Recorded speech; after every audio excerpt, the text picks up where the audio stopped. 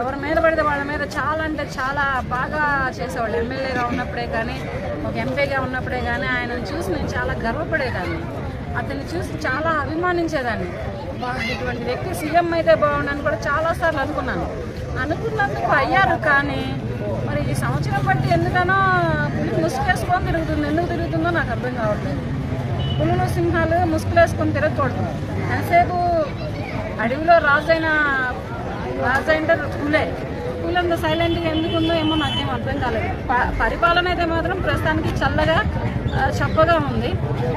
ఇంతకు ముందుల కంటే కూడా కొంచెం ఇదిగానే ఉంది.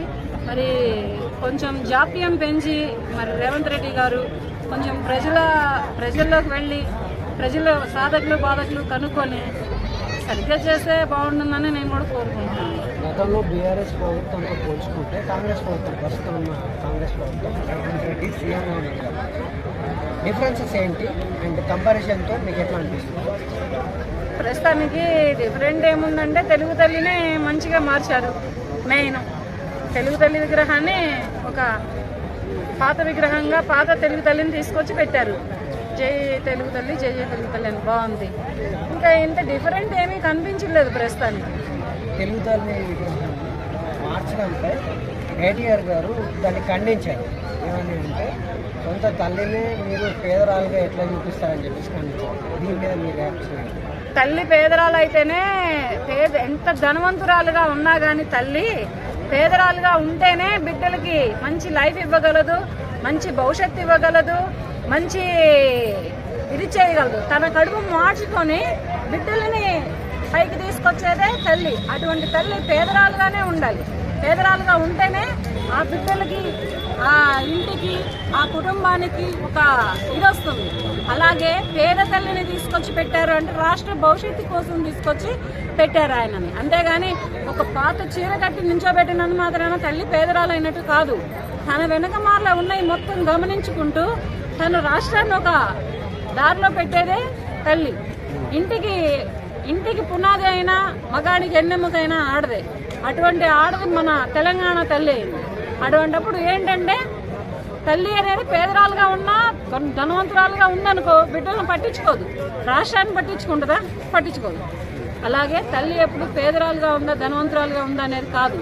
తల్లి బిడ్డలని తన ఇంటిని ఎంతవరకు చేసుకుంటుందో అలాగే మన తెలంగాణ తెలుగు తల్లి ఒక పేద రకమైనటువంటి ముసుగు వేసుకున్నా కానీ తన రాష్ట్రాన్ని, తన ఉన్నటువంటి ప్రజలని అందరినీ కలిపి తీర్చిదిద్దడం కోసమే అటువంటి అవతారం ఎత్తింది అనుకోవచ్చుగా.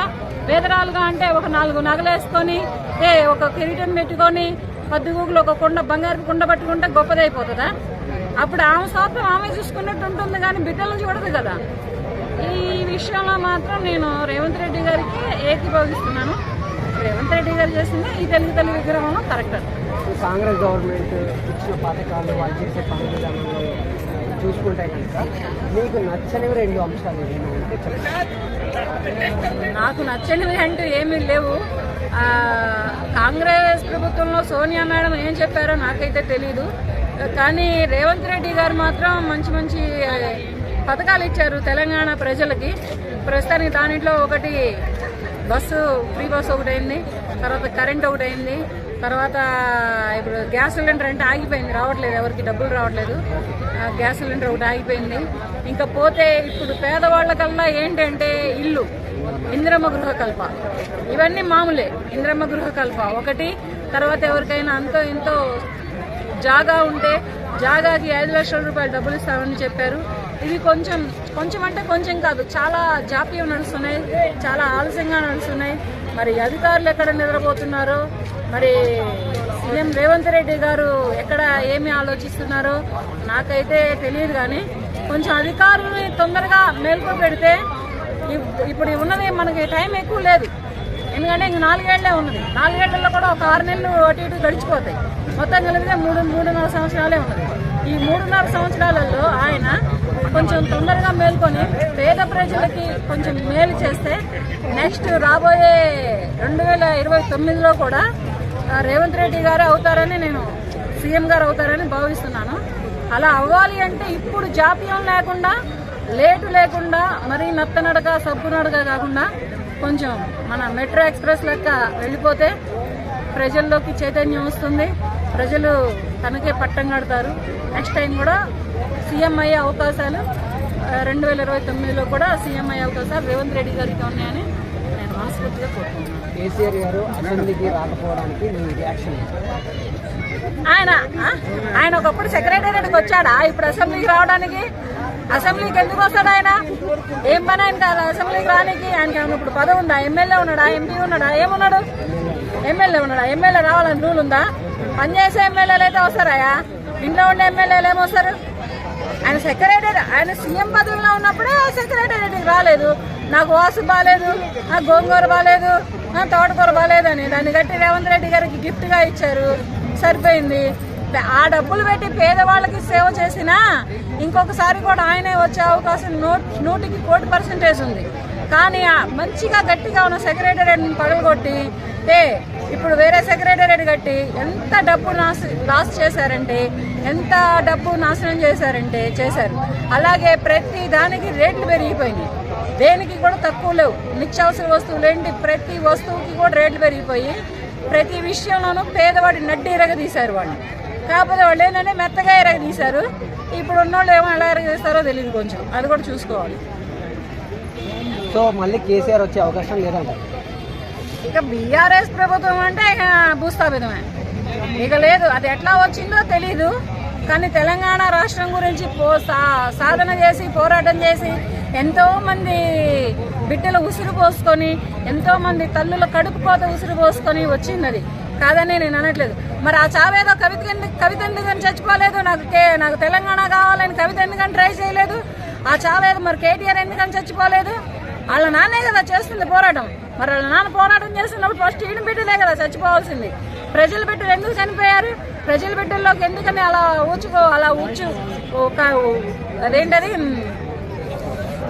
ఉసిగొలిపి ఊరు కుక్కల్లాగా వదిలేరు ప్రజల బిడ్డల్లోకి. వాళ్ళ బిడ్డలు గారా? వీళ్ళేనా బిడ్డలు? లేకపోతే వీళ్ళ బావమతి పిల్లలు, ఎవరైనా హరీష్ రావు పిల్లలు, వీళ్ళ పిల్లలు, వాళ్ళ పిల్లలు చచ్చిపోయినట్లయితే ఆ కడుపు కోత ఎలా ఉంటుందో, ఆ తల్లిదండ్రులు బిడ్డలు చచ్చిపోయి బిడ్డలను కోల్పోయి ఎంత నరకం అనుభవిస్తున్నారో తెలిసేది. అంతేగాని వీళ్ళ బిడ్డలు చచ్చిపోలేదు కదా, వీళ్ళు బాగానే మాట్లాడతారు. అంటే కేసీఆర్ కుటుంబం కోసం ప్రజల్ని వాడుకొని తెలంగాణ తెప్పించుకున్నారని మీ ఉద్దేశమా? అంతే, తప్పకుండా అదే కంపల్సరిగా. ఎవరు మన ఎల్బీ నగర్లో శ్రీకాంతాచారి అంట, ఆయన చనిపోయాడు. ఆ అబ్బాయి చనిపోతే వాళ్ళమ్మ ఇప్పటికీ కూడా అతను ఎవరో మొన్న కూడా ఒకతను చనిపోయాడు హార్ట్ అటాక్ వచ్చి. అతను పాట పాడాడు, ఈశ్వరా ఏమిరా ఈ కర్మ అని. ఆ తల్లి ఎంత ఏడ్చిందో, ఎంత కుమిలిపోయిందో, ఎంత కుళ్ళిపోయిందో అది మీడియాలో ప్రతి ఒక్కళ్ళు చూశారు. మరి ఆ తల్లి కడుపుపోతే ఎవరు అనుభవించాలి? ఎవరు తీసుకోవాలని ఆయన అలా చేశాడు? ఆమెకి ఏమైనా న్యాయం చేశాడా? వెళ్ళి ఆమెను అడగండి, మీ మీడియా మిత్రులందరూ కలిపి ఒకసారి వెళ్ళి అడగండి, ఆమె చెప్తుంది ఏం చెప్తుందో. ఆమెకు న్యాయం చేయలేదు, అన్యాయం చేశారు. కనుకనే ఇది అనేది జరిగింది. ఇంకా ఉంది, ఇంకా ఇప్పుడు రేవంత్ రెడ్డి గారు గెలిచి కాంగ్రెస్ ప్రభుత్వంలో ముఖ్యమంత్రి గారు అయినంత మాత్రానే చెంబుడు నెలగా ఉలికి పెడితేట ఇంకా బిందె నీళ్ళు పోసుకోవాలి, ఇంకా సముద్రాలు ఇదాలి, ఇంకా నదులు ఇదాలి, చాలా ఉన్నాయి. కేసీఆర్ కుటుంబం మొత్తం కలిగిన